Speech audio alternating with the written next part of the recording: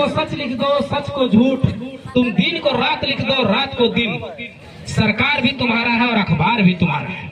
ये सरकार भी तुम्हारा है, ये अखबार भी तुम्हारा है।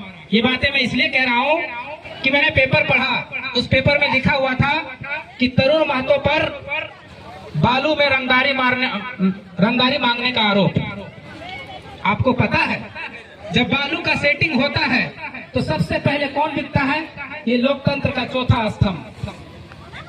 सबसे हम क्षमा मांगते हैं, सभी वैसे नहीं होते हैं, लेकिन लोकतंत्र का चौथा स्तंभ जो होता है 90% पहले उसी को सेट किया जाता है कि आपको छापना नहीं है। जब वही बिक गया हो तो फिर जनता का आवाज बनेगा कौन? अब हम कुछ प्रश्न पूछते हैं इस पुलिस प्रशासन से, पूरा सिस्टम से एक प्रश्न पूछते हैं, क्या झारखंड में, पूरे झारखंड की बात कर रहे हैं, केवल सरायकेला की बात नहीं कर रहे हैं, क्या झारखंड में बालू घाटों का टेंडर हो चुका है? हुआ है? नहीं हुआ। यदि नहीं हुआ है तो वहां से बालू उठ कैसे रहा है? पहला प्रश्न चिन्ह तो पुलिस और प्रशासन पर पहला प्रश्न यही लगता है कि वहां से बालू उठ कैसे रहा है। और अगर बालू उठ रहा है तो फिर वहां पर पुलिस रोकने के लिए पहुंचती है, जैसे तरुण महतो को रोकने के लिए पहुंची थी। चलिए कुछ देर के लिए हम मान भी लें कि तरुण महतो रंगदारी मांगने गया था, तो पुलिस प्रशासन वहां क्या कर रही थी? और तरुण महतो कोई गुंडा नहीं था, कोई मवाली नहीं था, कोई आतंकवादी नहीं था, कोई माओवादी नहीं था। तरुण महतो एक प्रतिनिधि था।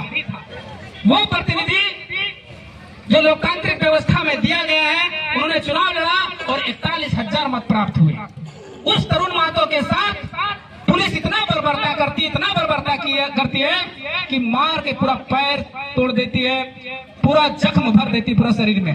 अगर मैं ये बातें झूठ बोल रहा हूँ, तरुण महतो जी अभी भी एडमिट है यहाँ पर हॉस्पिटल में, आप जाकर देख लीजिए। अभी दिल्ली में 5 आतंकवादी पकड़ा है, आप सभी ने मीडिया के माध्यम से देखा होगा। किसी भी आतंकवादी के शरीर में आपको एक खरोच तक नहीं मिलेगा, लेकिन तरुण महतो के शरीर में इतना खरोच, इतना मार के दाग धब्बे हैं कि पूरा शरीर काला कर दिया गया। क्या तरुण महतो उस आतंकवादी से भी बढ़कर था? नहीं था। देखिए, पुलिस प्रशासन से साफ संदेश देना चाहेंगे, अगर इस तरह की लोकतांत्रिक व्यवस्था बनाइएगा तो आप भी नहीं बचिएगा। आपको कोई ना कोई आपको रोड में टोक कर मार देगा, आपको भी। और ये उदाहरण झारखंड में ही है।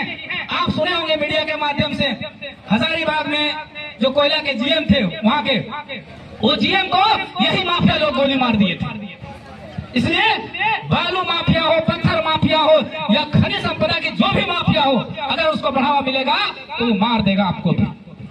इसलिए ये मत सोचिए कि पुलिस प्रशासन बच जाएगा, नहीं बचेगा।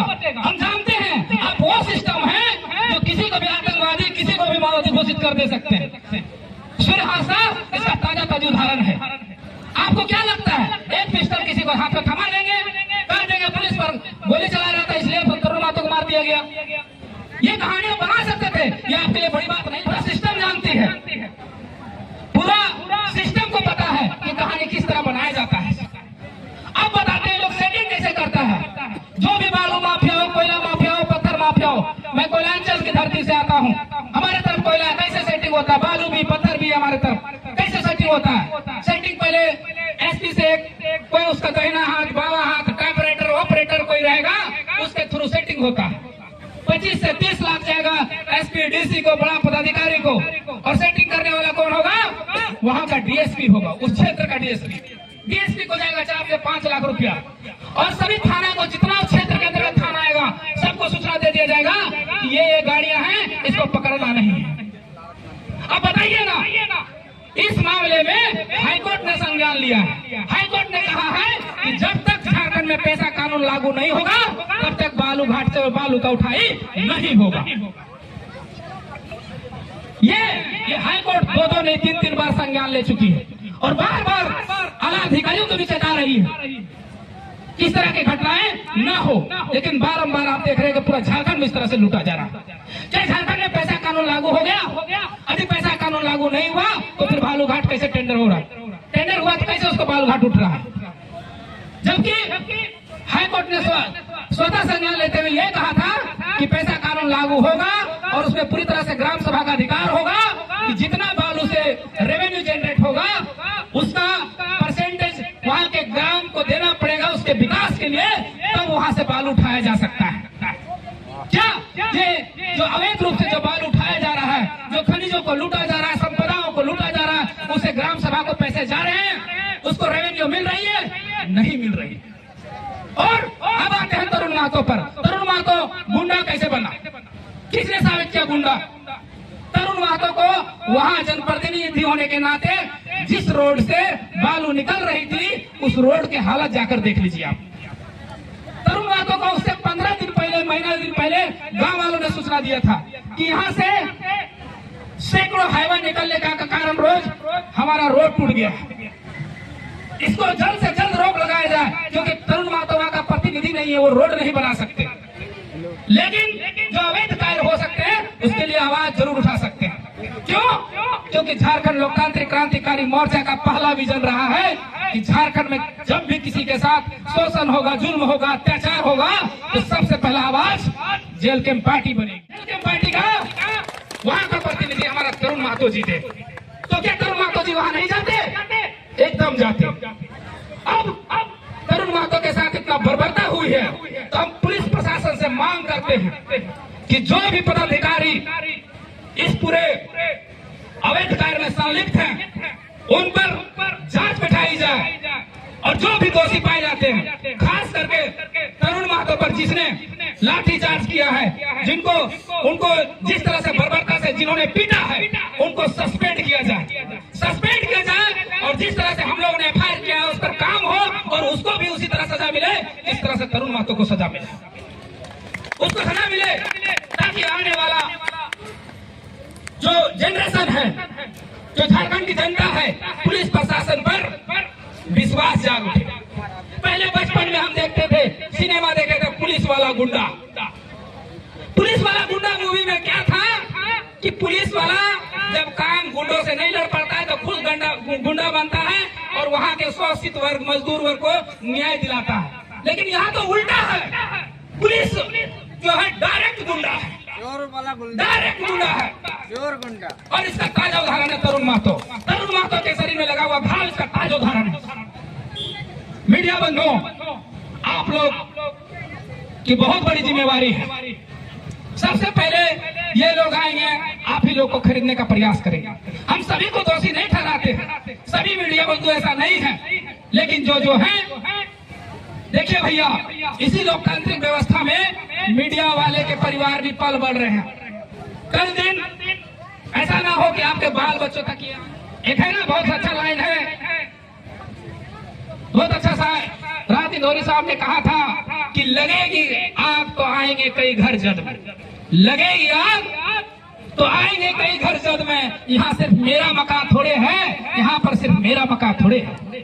अगर आग लगेगी तो सबका घर जलेगा, सिर्फ तरुण महतो का घर नहीं जलेगा, सिर्फ मोतीलाल महतो का घर नहीं जलेगा। इसलिए ये लोकतांत्रिक व्यवस्था, 3 तरह की व्यवस्थाएं हुई।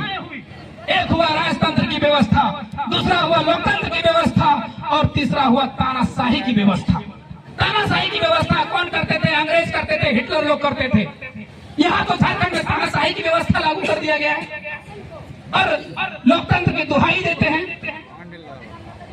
आप सीधा और डायरेक्ट घोषणा काहे नहीं कर देते कि ये तानाशाही की व्यवस्था है? ये जनता अपना समझेगी, जनता अपना न्याय करेगी। ऐसा ना हो कि अगर इस तरह से रवैया रहा पुलिस प्रशासन का, तो कहीं जनता अपने हाथों में हथियार ना उठा ले। क्या करेगी? मरता क्या नहीं करता, ऐसे भी मरना वैसे भी मरना तो है ही। हम जानते हैं आप लोग को माओवादी घोषित करने में भी देर नहीं लगेगा, हमको पता है। आपने पलामू के घटना को देखा होगा, कुछ सालों पहले जहाँ 16 आम व्यक्ति को मार दिया गया था और कह दिया गया था कि ये माओवादी थे, उनके हाथों में हथियार रख दिया गया था। और उस समय के जो आला अधिकारी थे उनको DIG तक बनाया गया था, DGP तक बनाया गया था। ऐसा कहानी रचा जाता है, ऐसा झारखंड के इतिहास में, ऐसा भारत के इतिहास में पहली बार नहीं है। ये बात भी हम लोग जानते हैं। लेकिन क्या यही व्यवस्था बनाने के लिए हम लोग आप लोग को चुने थे? प्रतिनिधियों से कह रहे हैं और इन आला अधिकारियों से कह रहे हैं कि हम गरीब, गुरबा, मजदूर, शोषित, वंचित, पीड़ित अगर 5 रुपए का बिस्किट खाते हैं तो 1 रुपए का टैक्स उसमें सॉलिड देते हैं। ये टैक्स हम किस लिए देते हैं? ताकि आप हमारी सुरक्षा कर सके, आप हमको न्याय दिला सके। लेकिन नहीं, अंतिम संदेश यही है, गांधी जी ने लोकतांत्रिक व्यवस्था के लिए बहुत अच्छी बात कही थी कि लोकतंत्र में कमजोर से कमजोर व्यक्ति को उतना ही न्याय, उतना ही समानता, उतना ही अधिकार मिलना चाहिए जितना कि अमीर से अमीर लोगों को, ताकतवर से ताकतवर लोगों को मिलता है। क्या इस लोकतांत्रिक व्यवस्था में ऐसी व्यवस्था है? नहीं है। इसको कौन बनाया? इसको आप लोगों ने बनाया। इसलिए साथियों, हमें जितने भी हमारे लोकतांत्रिक क्रांतिकारी मोर्चा के साथीगण हैं, सदस्यगण हैं, और जो भी झारखंडी आम जनमानस के साथ भी अगर कहीं गलत होगा तो लोकतांत्रिक मोर्चा आप लोग के साथ खड़ा है। इतना ही बात करके अपनी वाणी को विराम देते हैं। धन्यवाद। जोहार, जय जवान।